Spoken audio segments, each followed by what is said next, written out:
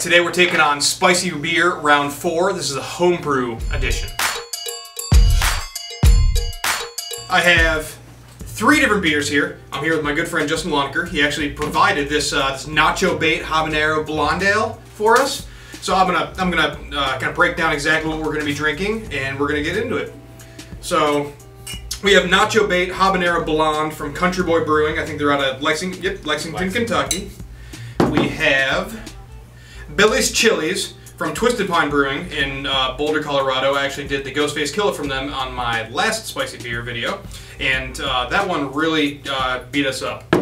And then this one is actually a homebrew beer that was sent to me by Jake Durken, and this is, I'm trying to see this is a double habanero honey wheat beer. So Jake's we're actually going to try last. So I think we're going to go this direction. I think we're going to go with the Nacho Bait first, and then we're going to go with the Billy's Chilies second, and then we're going to knock out the homebrewed version last, and I'll get to the notes at that point. So let's get into it. So the Nacho Bait Habanero Blonde, it says, this beer is sneaky. You think you know it well, but don't let the first taste fool you. Aged on fresh habaneros, Nacho Bait will leave you feeling the burn and wanting more. It's a blonde ale. It's probably going to be a little bit on the lighter side. So let's crack this thing open. Seems to be pretty well carved. I'm gonna pour you a little bit. These are big bombers, so I don't think we're gonna get too. Don't top them off. We're not gonna be pounding both of these things right here. Pours great. I'm excited about this one. I'm excited about all of them. Yeah. But hopefully it actually does a little bit. So it's got a great head on it. I'm not smelling any of the habanero in there right now, but it's got a really nice kind of malty smell to it. A little bit of fruit, but I'm hoping that the habanero actually comes through, because habaneros are actually kind of fruity in flavor. Because it doesn't smell like a blonde ale. No. So they're kind of fruity, and then they come back and they kind of bring the heat on the second. So, cheers.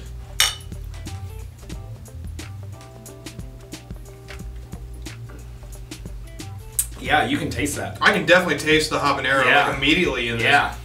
It's not crazy spicy, but it's got a little bit of a burn. Kind of. I always talk about this when I'm drinking the beers. It burns like in the back, like the top of your throat. Yeah. I guess you could say. But it hit right away. Yeah, right away. A lot of times, habanero takes a little bit, I feel like, to kind of kick in. But this is like pretty much immediate. This is really, really good. This is like, I like it. Not one of those like pepper beers that just like more of a novelty factor. Like, I would drink this. Like, I would buy this bottle again and drink it again. This is really well done. Super into this beer. It's definitely malty, lightly hopped. You know, it's just I mean, it's a blonde. It's a very classic style. But yeah, really, really good. All right, round 2. Move this guy off to the side. Next is Billy's Chilies.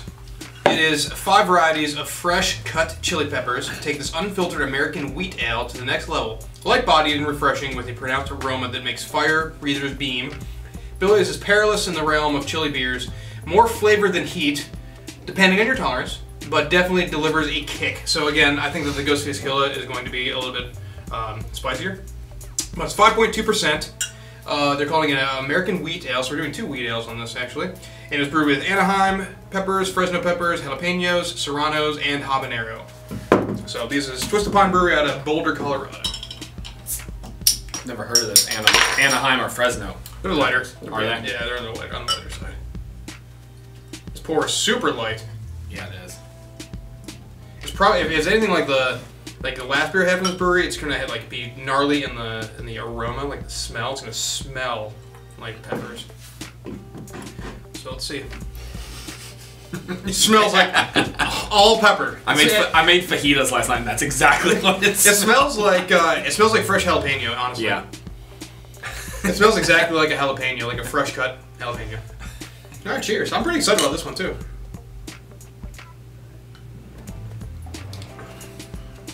Wow, that is a crazy flavor.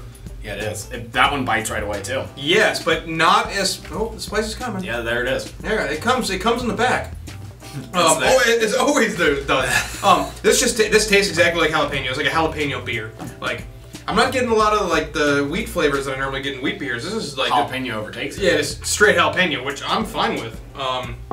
Not a beer that I would like, you know, keep in my fridge at all points in time. But I would definitely buy this again, and you know, have it for This is definitely more of a novelty beer. Which you have absolutely guests try. Exactly. But, again, very well done. Not a lot of head on it. I'm assuming that the oils from the peppers kind of have effects on the amount of head. That way. I feel like that's maybe part of it. Again, it does have some kick to it. It's so crazy. But the heat dissipates pretty quick. But it just tastes like a fresh cut jalapeno. From the all the way through, from the smell to the taste. Well done. Alright, round 3. So this one's just pure jalapenos. This one is habanero. So Jake Durken sent me this. And I've always been kind of weird about this, but a lot of people have been asking if they can send me spicy food, spicy beers, that kind of thing. So if you want to send me something, I'll put my P.O. box at the bottom of the screen here, my P.O. box in the description. You can. Just be very wary that you can't really ship beer. There's special circumstances you have to go. I think UPS does it in a special way, but again, don't just ship me beer. If you ship it USPS, it's like federal offense. You can't do that. So if you're going to look into it first, and maybe shoot me an email. My email's in the description below, we can work something out. But anyways, to the beer. And he sent a note to it, so I'm going to read the note. He said, please find that inside 4 bottles of my homebrewed double habanero honey wheat beer. Brewed with a pound of dried habanero, entered as soon as the boil began. This beer is hot.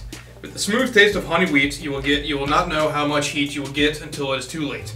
I originally intended for this to be brewed with ghost peppers or Carolina Reapers, but after all is done, I'm glad I didn't because I was able to make this a delicious beer where the heat builds but isn't unbearable. I tested it. A single dried habanero would affect me, and that was horrible.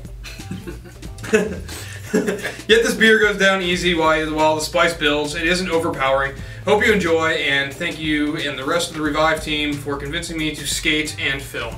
Well, Jake, thank you so much for the note. Thank you for the beer, and let's try this thing. Wow, that is pouring dark. Orange. It looks like a habanero. Interesting. This is gonna be hot. It could be. It could be. I hope it is. He did a good job brewing this, though. It's definitely carb. It's got some pretty nice head that's happening. I poured that basically super gently. Does it smell? No. No. It smells like beer. Definitely smells more like I'm getting a lot of honey, like the honey wheats that he used. I'm trying to remember exactly what I'm not smelling the pepper either. If it would have been dry hopped with the habanero, I think that a lot of the pepper would have came through. I think that's what they did with the with this one, with the Billy's chilies. I'm confident that's dry hopped, but that's fine. On a homebrew level, I'd be honest, I'd be kind of scared to dry hop with peppers because it can spoil the batch. Contamination things would happen. So technically, you would need to sanitize the peppers before you dry hop with them, and that'd be really difficult to do. And so, cheers to Twisted Pine for figuring out a way to do that. Anyways, let's give it a try.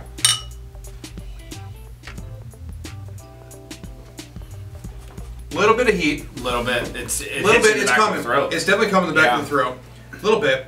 It's a very well done, well brewed beer. It's a good beer. It's got a lot of the honey malts that are really coming through here. I'm super excited I have 4 more bottles of this because this is really good. My wife actually would probably really like this beer. It definitely builds. It dissipates so quick though, so you have to it's almost like pound it. Like drink the beer kind of quick. It hits you, but as you keep drinking it, it eliminates it. I'm not tasting a lot of alcohol. I'm not exactly. He didn't list what the ABV was on here, but that's probably somewhere in the 4 to 5% range, I'm assuming. Awesome. Well, I appreciate you joining me on this journey. We definitely tasted some good beers. Thanks for feeding me beer. No problem. This one was probably my favorite. Yeah. And then this one probably came in number 2nd, I would say, like sheer flavor-wise.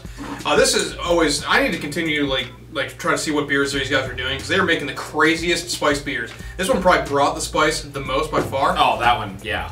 Absolutely, but it's more like a novelty kind of style beer. So, but again, all great beers. And as always, I appreciate your likes, your comments, and I will see you guys on the next one. Hey, this is Brian Ames. Please click the subscribe button that you see right there, and you'll subscribe to my videos. From now on, I'm going to be eating a lot of peppers. Oh man, it's going to be great. Bye.